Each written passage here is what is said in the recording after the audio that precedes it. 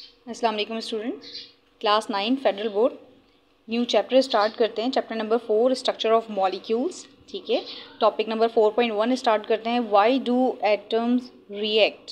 ठीक है, atom react क्यों करते हैं उसका रीज़न आपसे पूछ लिया है, क्योंकि हम चैप्टर पढ़ रहे हैं स्ट्रक्चर ऑफ मॉलिक्यूल्स। सो याद रखिएगा, whenever the atoms are combined one new substance will be form which may be molecule, which may be compound, which may be mixture. ठीक है, और मिक्सचर क्या होता है? कॉम्बिनेशन ऑफ मॉलिक्यूल्स होते हैं, कंपाउंड्स होते हैं। ठीक है, ये सारी चीज़ें मिलके बनती हैं। ठीक, सो एटम को ज़रूरत ही क्या है कि वो आपस में रिएक्ट करें। याद रखिएगा, यूनिवर्स में यानी कि दुनिया में हर चीज़ क्या है, स्टेबिलिटी रिक्वायर्ड कर रही है। हर चीज़ को स्टेबिलिटी चाहिए। सो इसी तरह एटम्स को भी स्टेबिलिटी की ज़रूरत है, इसलिए वो बॉन्ड बनाते हैं या फिर एक दूसरे के साथ रिएक्ट करते हैं। ठीक है, so let's start reading.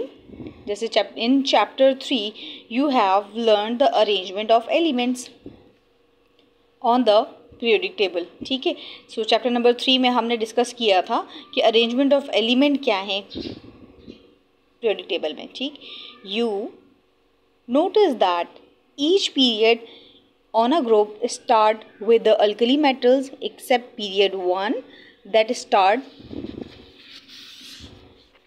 with hydrogen। ठीक है, ये क्या बात की इन्होंने कि हर पीरियड जो है वो स्टार्ट हो रहा है अल्कली मेटल से, और हम हाइड्रोजन को जो है वो अल्कली मेटल कंसीडर नहीं करते हैं, and at the noble gases. ठीक है, और जो पीरियड एंड हो रहा है वो किस पर हो रहा है? नोबल गैसेस पे एंड हो रहा है। ठीक है, so the noble gases have NS2 NP6।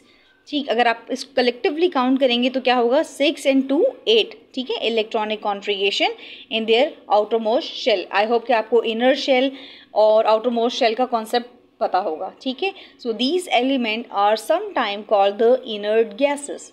ठीक, तो हमें क्या बात पता चली है कि ये जो नोबल गैसेस हैं, इन्हीं को हम इनर्ट गैसेस भी कहते हैं। इनर्ट का मतलब ही होता है non reactive, not react.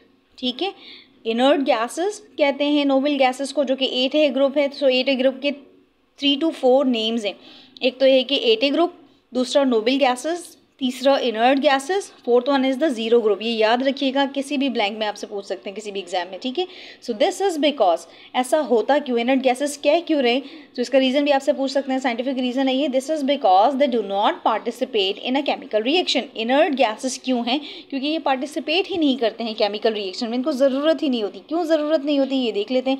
Electronic configuration of the first 3 noble gases are shown below. ठीक है, फर्स्ट 3 नोबल गैसेस आपके पास क्या है? हीलियम है, नियॉन है एंड आर्गन है। ठीक है, इसकी आपको नोबल गैसेस की इलेक्ट्रॉनिक कॉन्फ़िगरेशन बता दी। अब आप और से देखें, 1s2 आपको पता है कि S में मैक्सिमम इलेक्ट्रॉन 2 आ सकते हैं, जो कि हीलियम में मौजूद है। ठीक है, सो इसको भी ज़रूरत नहीं है। अगर ये 1 होता, NS1 होता, तो ये क्या करता? इसको ज़रूरत होती अपना ऑक्टेट कंप्लीट करने के लिए, डुबलेट कंप्लीट करने के लिए। ठीक है, सो ये ऑक्टेट तो हो नहीं सकता क्योंकि 2 इलेक्ट्रॉन है, तो डुबलेट होता। ठीक है, नियॉन है, देखें नियॉन का नंबर होता है 10, 1 2 3 4 एंड 6 क्या हो गए? 10 हो गए। सो इसका आउटर मोस्ट शेल कौन सा है? 2s2 2p6, जो कि 8 इलेक्ट्रॉन है। सो इसको भी ज़रूरत नहीं है बॉन्डिंग करने की, रिएक्ट करने की। ठीक है, ऑर्गन आप देखें, ऑर्गन का नंबर होता है 18। इसका आउटर मोस्ट शेल देख लें, इसके भी क्या है? 2 and 6 8 इलेक्ट्रॉन है। सो ये भी इसको ज़रूरत ही नहीं, क्योंकि नोबल गैसेस से बिलोंग कर रहा है। इसका आउटर मोस्ट शेल कंप्लीट है। ठीक, सो नेक्स्ट पैराग्राफ क्या कहते हैं उसको देख लेते हैं। Note that these element have completely filled outer most S and P subshells. ठीक है, आप क्या नोट कर रहे हैं कि इनके जो आउटर मोस्ट शेल्स हैं, चाहे वो S हो जैसे हीलियम में है, चाहे वो S and P हो जैसे नियॉन एंड आर्गन में है, सारे ही क्या हैं? कंप्लीट हैं, कंप्लीटली फिल्ड हैं। ठीक है, so helium contain the 2 electron and the remaining noble gases contain the 8 electron in the valence shell. Because of these configuration noble gases are stable and not react. ठीक है, यही हमने कहा था कि इनर्ट गैसेस हैं। क्यों? क्योंकि ये रिएक्ट नहीं कर सकती हैं। उसका रीज़न क्या है? इनका आउटर मोस्ट शेल जो है वो कंप्लीट है। ठीक है, इसी इलेक्ट्रॉनिक कॉन्फ़िगरेशन की वजह से ये स्टेबल होते हैं और इनको ज़रूरत ही नहीं होती है नॉट रिएक्टिव, ज़रूरत ही नहीं है कि ये वो रिएक्ट करें। ठीक है, ये आपके पास साइंटिस्ट हैं लेविस, इन्होंने कहा था use this fact to explain why atom undergo the chemical reaction. ठीक है, लेविस ने इसी कॉन्सेप्ट को यूज़ करते हुए आंसर किया था कि एटम को रिएक्ट करने की ज़रूरत ही क्यों है। ठीक है, हर एटम जो है स्टेबिलिटी अटेन करना चाह रहा है like the noble gases to complete their outermost shell, ठीक है। So he called his explanation as the octet rule, इसीलिए उन्होंने अपनी एक्सप्लेनेशन में यूज़ किया था ऑक्टेट रूल। अब ऑक्टेट रूल होता क्या है? An octet is a set of 8, octet word निकला है ऑक्टा से, एंड ऑक्टा मीन्स होता है 8, ठीक है। An octet is a set of 8, ठीक। In forming compound atom tends to gain electronic configuration of the noble gases, यही बात की थी हमने कि 8 इलेक्ट्रॉनिक कॉन्फ़िगरेशन अटेन करने की कोशिश करेगा, रूल ऑफ ऑक्टेट को फॉलो करने की कोशिश करेगा ताकि वो नोबल गैसेस जैसा बच जाए, ठीक है। Remember that each noble gases except the helium has the 8 electronic configuration in the valence shell, यही बात की थी। सो इलेक्ट्रॉनिक कॉन्फ़िगरेशन आपके सामने है हीलियम की, ये 8 नहीं कर सकता है क्योंकि इसका नंबर ही, एटॉमिक नंबर ही 2 है, तो ये 8 कहाँ से कंप्लीट करेगा, ठीक है। तो यही बात यहाँ पे की हुई है, एक्सेप्ट हीलियम के अलावा बाकी सारे फॉलो करते हैं 8 इलेक्ट्रॉनिक कॉन्फ़िगरेशन को, ठीक है। Thus the octet rule takes its name from this fact about the noble gases. So octet rule की definition क्या हुई?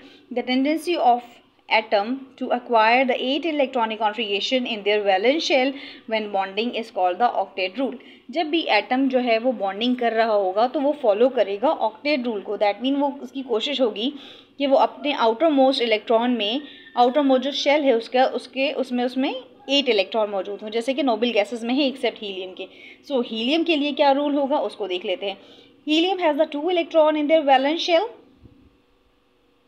And it is also completely inert, ठीक है। इसके आउटर मोस्ट में 2 इलेक्ट्रॉन्स तो हैं ही, लेकिन ये क्या है?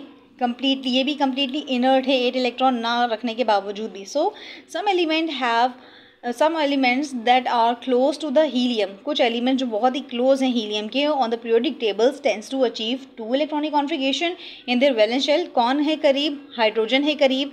कौन है करीब? लिथियम है करीब इसके। For example the hydrogen, lithium and beryllium ETC end of thinking capacity tend to achieve 2 electronic configuration in their valence shell. So कौन कौन से हैं जो हीलियम की तरह से एक्ट कर सकते हैं? वो हैं हाइड्रोजन है, ठीक है, हाइड्रोजन है, मार्क कर लीजिएगा, हाइड्रोजन है, लिथियम है एंड बेरिलियम है। ये किस तरह से एक्ट कर सकते हैं? हीलियम की तरह से एक्ट कर सकते हैं, ठीक है।